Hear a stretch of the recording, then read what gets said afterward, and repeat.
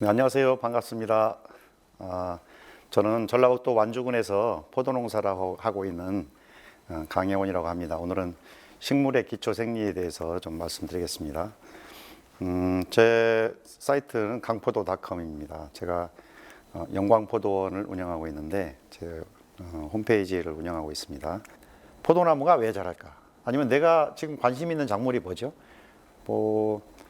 요즘 샤인머스켓 관심 받을 수 있고요. 또 토마토 하시고 싶은 분도 계실 거고, 그 다음에 딸기 하는 분도 계실 거고, 아니면 사과나 배, 복숭아, 자두, 체리, 굉장히 관심이 많으신데, 자, 그럼 내가 하고자 하는 작물이 왜 자랄까요? 왜? 나한테 과일 주려고 자랄까요? 나한테 과일 주려고? 아니죠. 이 포도나무가 왜 자랄까요? 아니, 사과나무, 배나무가 왜 자랄까? 종족을 보존하기 위해 자라는 거예요. 종족 보존. 가장 기본적인 DNA죠. 그러니까 가장 기본적인 생리예요. 식물이 자라는 목적은 주인한테 좋은 과일을 주려고 자라는 게 아니라 씨앗을 잘 만들어서 자기 종족을 퍼뜨리려고 하는 거예요. 근데 과육으로 포장하는 거죠. 동물이나 사람이나 식물이, 아니 새나 와서 먹고 온 땅에 퍼뜨려 달라는 거죠. 그런 목적으로 자라는 거예요. 그럼 과일을 먹는 우리는 그 목적에 맞게 내가 관리를 하면 과일은 덤으로 없는 거죠. 근데 그 식물의 목적은 관심이 없고 오로지 과일에만 관심이 있다 보니까 좋은 농산물을 생산해서 판매하기가 어렵다는 겁니다. 그러니까 목적이 뭔지, 식물이 자라는 목적, 나의 목적에 부합해서 나무의 관점에서 식물을 바라볼 수 있어야 된다는 거죠. 그래야 제대로 된 과일을 생산할 수가 있습니다. 저는 유기농업을 주창하는 사람은 아닙니다. 저는 농약이 싫어서 그냥 단순히 농약이 싫어서 농사하면서 농약을 안 치고 어떻게 농사해볼까를 생각했어요.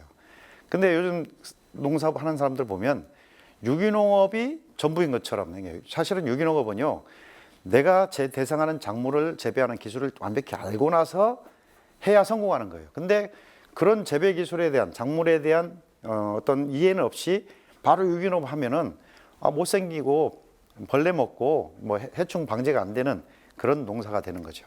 그러면 전망이 없어요. 그러니까 유기농업보다 앞선 농업은 뭐냐? 기술농업이에요. 그러니까 내가 대상하는 작물을 얼마만큼 정확히 알고 재배하느냐죠.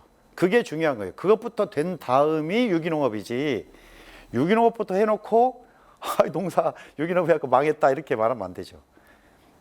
내가 대상하는 작물이 어떻게 성장하고 어떻게 꽃이 피고 어떻게 열매가 맺고 또 어떻게 좋은 과일이 생산이 되는지를 제대로 알고 그리고 나서 유기농업을 해야 한다는 겁니다.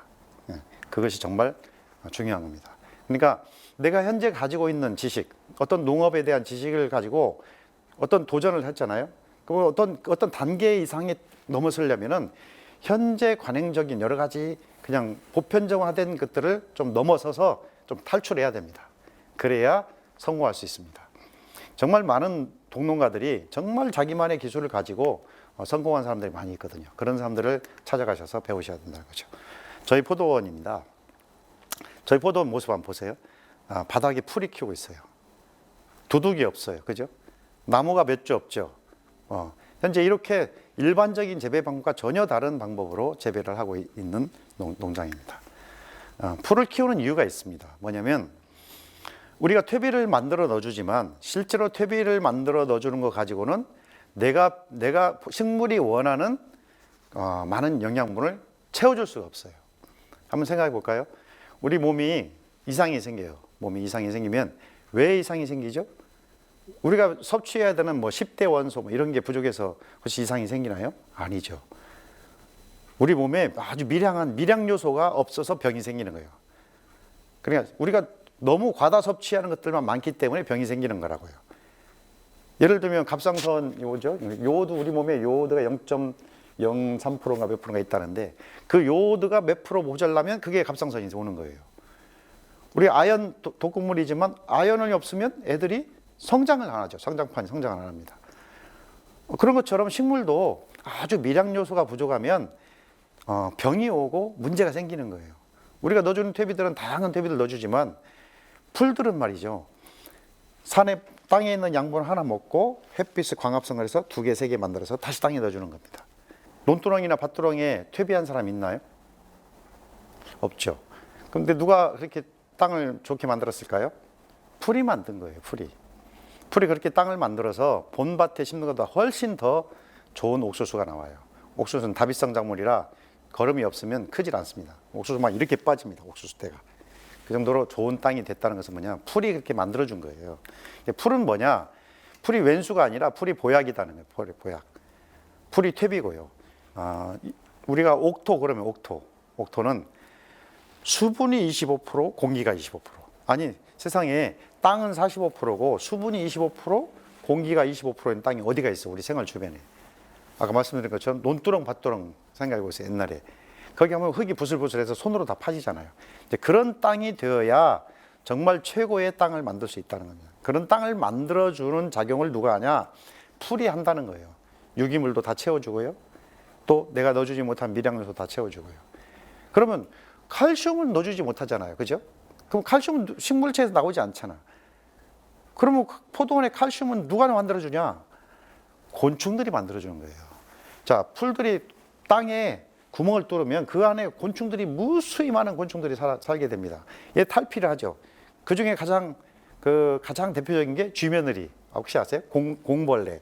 이렇게 딱 만지면 동그랗게 생기죠. 이 벌레들은 계속 탈피를 하기 때문에 거기에 껍질들이 계속 탈피해서 칼슘이 되죠. 그러니까 토양을 검사해 보면 저희 토양 검사한 건데요. 자, 칼슘 넣어본 적 없어요. 칼슘이 식물체 만들지 않잖아요. 근데 다 초과예요. 초과. 유기물 한번 보세요. 토양 산도가 7.3이에요.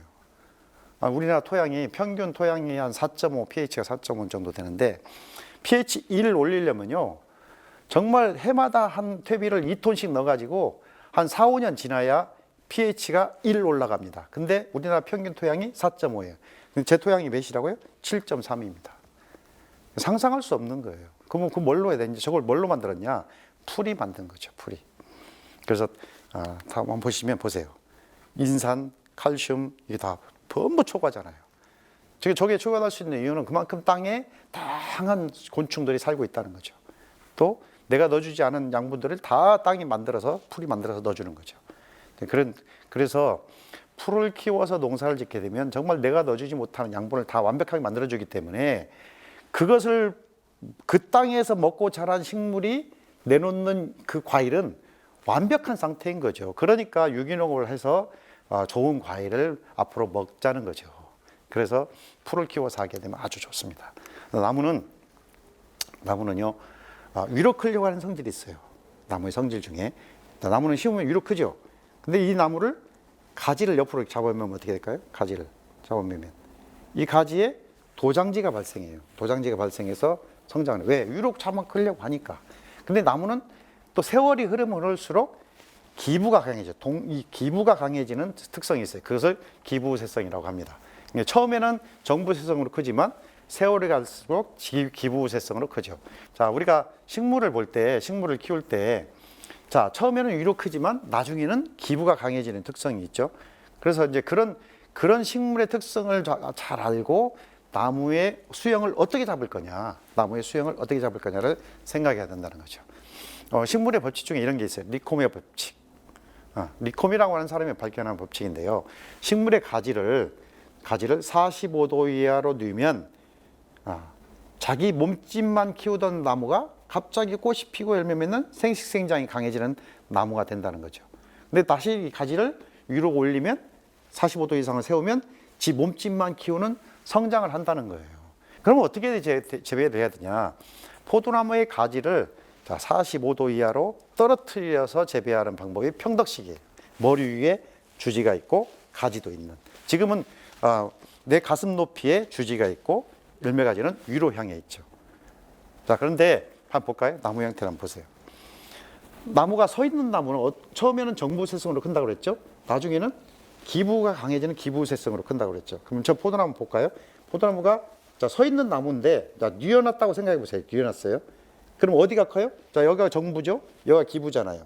근데 이제 바뀌었죠. 왜? 뉘어서 크니까. 자, 누웠는데 가지는 어디로 자라요? 위로 자라죠.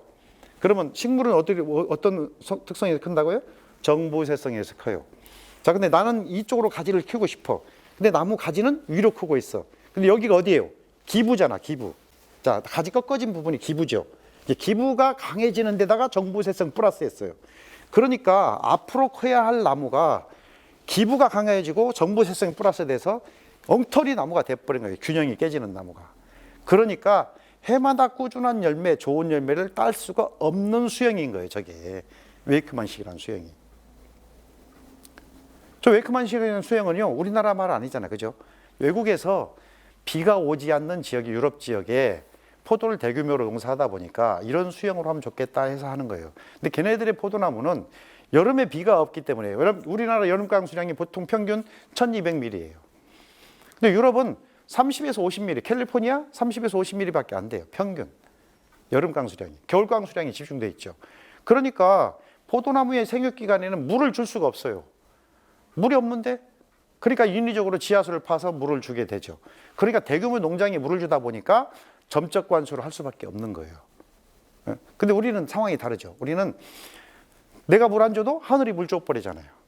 그러니까 나무가 저 똑같은 나무를 갖다 우리나라에 심으면 저 나무는 주체할 수 없는 정도의 수영 힘을 가진 나무가 되는 거예요. 그래서 나무가 힘이 세면 어떻게 돼? 나무가 힘이 세면, 야, 내가 이렇게 힘이 센데 뭐로 종족 보존하냐? 종족 보존 안 한다니까요. 야, 나무에는요 질서가 있는 거예요. 질서. 형이 있고 동생이 있어요. 형 가지, 동생 가지. 그러니까 맨 위에 나오는 1번의 나무 가지에서 순이 나오는 게 형이고요. 둘째, 두 번째에서 나오는 게 동생이에요. 근데 항상 형이 이파리 숫자가 많아야 돼. 이파리 숫자가 많으려면 뭐가 많아야 돼? 가지가 많아야 되죠. 예, 형이 가지 숫자가 많아야 되고 동생은 가지 숫자가 적어야 돼. 근데 나무 아까 얘기했죠. 나무는 어떤 특성이 있다고요? 세월이 흐르면 흐를수록 어디가 강해져? 동생이 강해져. 기부세성 때문에. 자, 처음에는 위로 크지만 나중에는 기부가 크잖아. 그러면 처음에는 위로 형 가지가 크지만 나중에는 동생 가지가 큰다는 거예요. 동생 가지가 왕성하게 큰다는 거죠. 근데 나무는 그런 특성이 있기 때문에 주인이 그것을 알고 동생 가지의 힘을 빼줘야 돼. 그러면 힘을 빼주려면 뭘 해야 되냐? 이파리 숫자를 줄여주면 됩니다. 이게 항상 형 가지가 이파리 숫자가 많아야 되고 동생 가지가 적어야 돼. 근데 나무는 어떤 특성이 있다고요? 동생 가지가 강해지는 특성이 있어요. 그러니까 주인이 그걸 알아야지. 그래야 제어를 하죠. 예를 들면요, 한번 이런 거 볼까요? 자, 요즘에 체리, 복숭아, 배, Y자 수영하죠. Y자 수영. 가지를 2개 받았어요. 형 가지, 동생 가지. 자, 크게 Y자를 놓고 거기서 열매 가지를 받아서 이렇게 열매 가지를 받아서 농사 짓죠. 그런데 거기에 심각한 오류가 생길 수 있다는 거죠. 왜? 가지가 2개 받았잖아요. 2개. 그럼 어디가 형이고 어디가 동생이냐 알고 농사 짓냐는 거죠. 대부분의 농가들이 2개 가지는 받지만 이쪽이 형이야, 너는 동생이야 라고 생각하고 그 가지에 형 가지 숫자를 많고 동생 가지를 적게 하고 하지 않는다는 겁니다. 그럼 어떻게 될까요? 세월이 흐르면 어떻게 될까? 역전되죠. 역전. 형 가지가 적어지면서 동생 가지가 왕성해져. 그럼 그걸 방지하기 위해서는 어떻게 해야 되냐? 자, 나무의 수영을 어떻게 잡을 거냐 이거죠. 어떻게 할 거냐? 우리나라 포도밭에 대부분에 가보면 어떻게 몇 번처럼 하고 있습니까? 4번처럼 하고 있어요. 4번. 4번은 뭐예요? 형 가지, 동생 가지가 다 똑같아. 1m, 1m. 아니면 2m, 2m. 지금은 많이 바뀌었어요. 그 제 영향인지 아니면 자기들이 생각한 건지 모르지만 어쨌든 지금 많이 바뀌고 있는데 그럼에도 불구하고 지금도 역시 양쪽으로 가지를 받아서 1m, 1m. 그럼 이게 어떻게 된다고요? 나중에 전세가 역전돼서 누가 강해져? 동생이 강해져요. 그럼 형 어떻게 돼요? 도태되죠. 그럼 반쪽짜리 농사라니까요. 그걸 하지 않기 위해서는 어떻게 되냐? 5번처럼 한쪽으로만 가버리든지 5번처럼. 그럼 동생 가지가 없으니까 그런 문제가 없잖아요. 6번처럼 형을 길게 가고 동생은 짧게 가고 이렇게 하든지 해서 나무의 질서를 세워야 가야만이 나무의 특성을 알아야만이 그 나무에서 해마다 꾸준한 좋은 열매를 딸 수 있는 거지. 이런 식물의 기본적인 생리를 모르고 농사지면 나중에 가서 문제가 생기면 이거 왜 그런지도 답도 찾을 수가 없잖아요. 심각해지는 거죠.